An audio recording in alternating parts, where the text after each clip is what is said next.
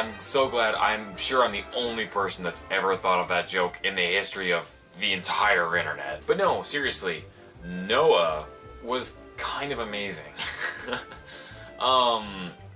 It's by amazing I mean like amazingly ambitious to take on a movie like this in such a way as it is. It's the story of Noah, just directed by the guy that did Black Swan. And you can tell because there's a lot of his saying, oh good, the dog's barking the entire time. Can't wait to listen to that again when I go to edit this. Anyway, it's the story of Noah, but I mean, it's just, actually I'm glad, during the trailers, or the new trailers anyway for this, the new trailers for Noah end with like a title card that says, "We believe that the nature of the biblical origins are true to their spirit."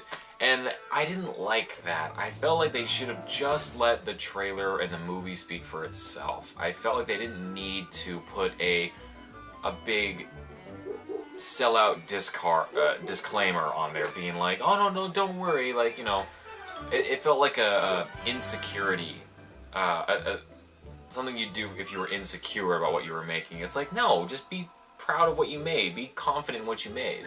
And as it turns out, that's all they needed to do because the movie is awesome.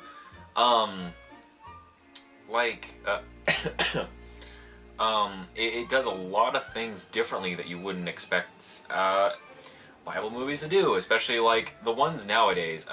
Bible movies used to be like the go-to thing to adapt into a movie. In fact, you know, a lot of people back when in the days of the Ten Commandments and Samson and stuff like that, the whole reason they kept making or they started making Bible movies back, you know, a long time ago was because you could get away with more tits and blood and guts and killing, because if the content people ever went like, "Oh, you can't do that," you know, the filmmakers and the legal people would say, "We're just trying to stay faithful to the book. You can't hate us for putting the tits in there if there's tits in the book." So, I mean, ever since then, it's Bible movies have kind of devolved into into a very preachy category, which is uncomfortable for a lot of people. For people of faith and people who are not of faith. People not of faith for obvious reasons, but it can be kind of uncomfortable for people of faith as well, because it gives off a stereotype that that's how all people are. It's kind of like how... No, you know what? I'm not going to use that example. That's a little racist. I want you to just try and imagine the example that I came up with, and I want you to leave in the comments. I'll give a prize to whoever comes up with the best one, or whoever comes closest. But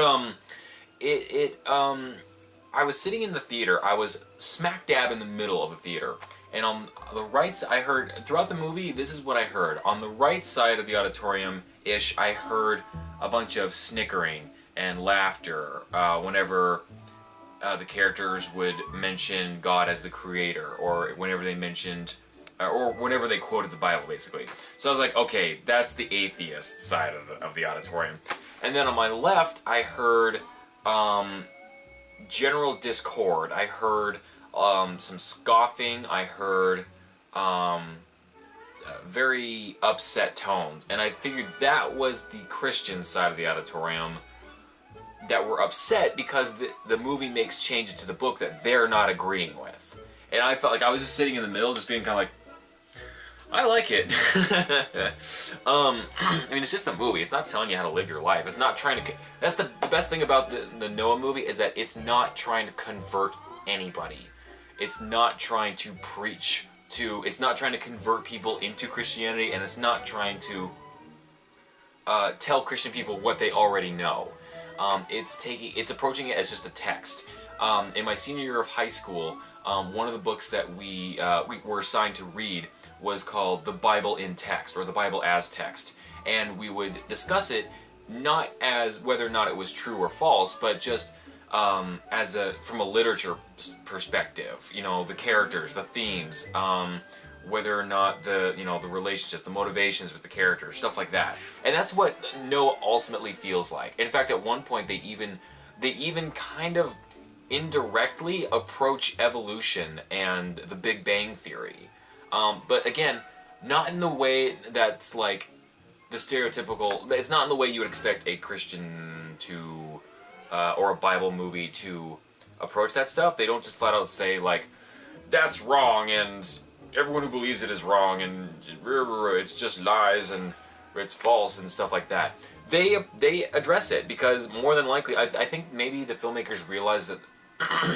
I think the filmmakers probably realize that there is going to be an overwhelming number of people in the audience that are going to be, asking that question of what about evolution, the concept of evolution, the theory of the Big Bang and stuff like that. So it was nice that they actually kind of addressed that. It didn't become like a focal point of the movie or anything like that. It was kind of just brought up once and then that was it. And that was really interesting. The performances are solid throughout the whole thing.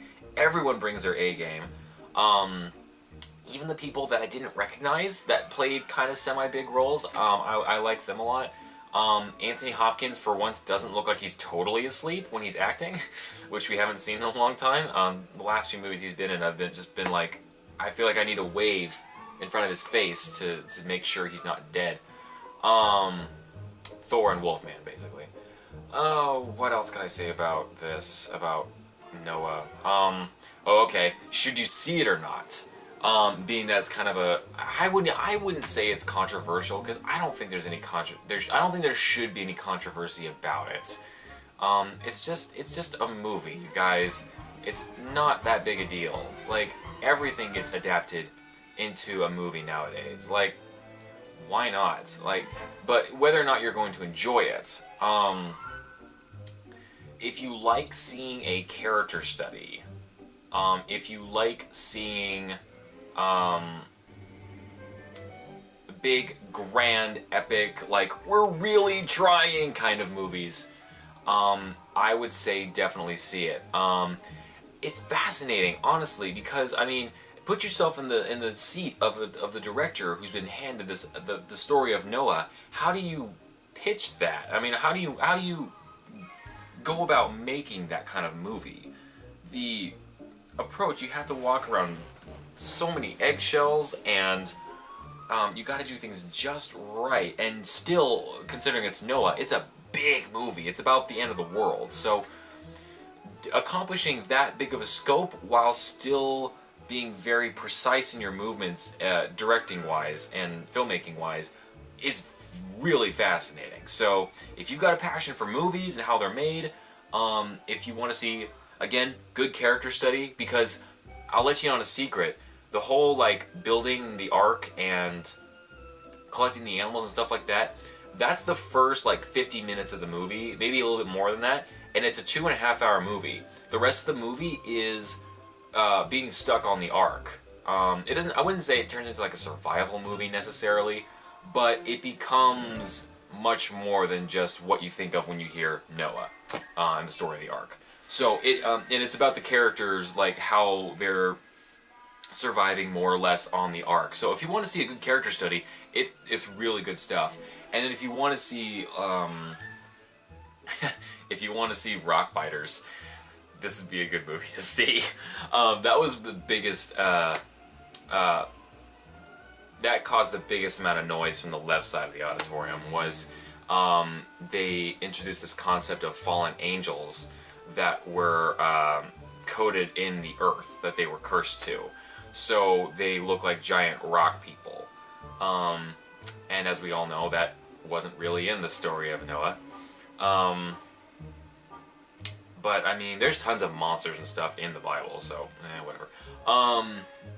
Yeah, I didn't even mind it. I didn't care. It makes for a good movie. It makes for a fascinating rise and fall. Especially Noah's character. Whoa. I'm trying to think if there's anything else. I say go see it, because this is one of those movies that people are going to be talking about for a while.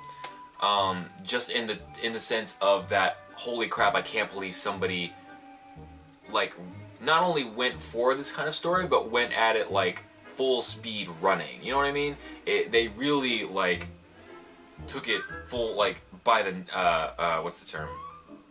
by the horns, and that's kind of admirable. So if you can have an open mind, I would honestly say go see it. It's a I wouldn't say it's a game changer, but I mean, there's a lot of Bible movies out now. And out of all of them, I mean, there's that Son of God one that came out by the History Channel. Genesis, I think, is another one that's coming out. That might be good, but Noah, I feel like, is going to be the one that people remember as being fair to everybody, and that in and of itself is worth seeing. So, yeah, check it out. I'm not going to talk too much more because I don't want to spoil things, but yeah, I would wholeheartedly recommend it. So, later this week I'll come back to you with Captain America, and we'll see how the Winter Soldier goes. It's Bucky. We all know it's Bucky, right? Like, I haven't read the comics, but we all know it's Bucky, right? Okay, just making sure. Alright, I'll see you guys around. Bye.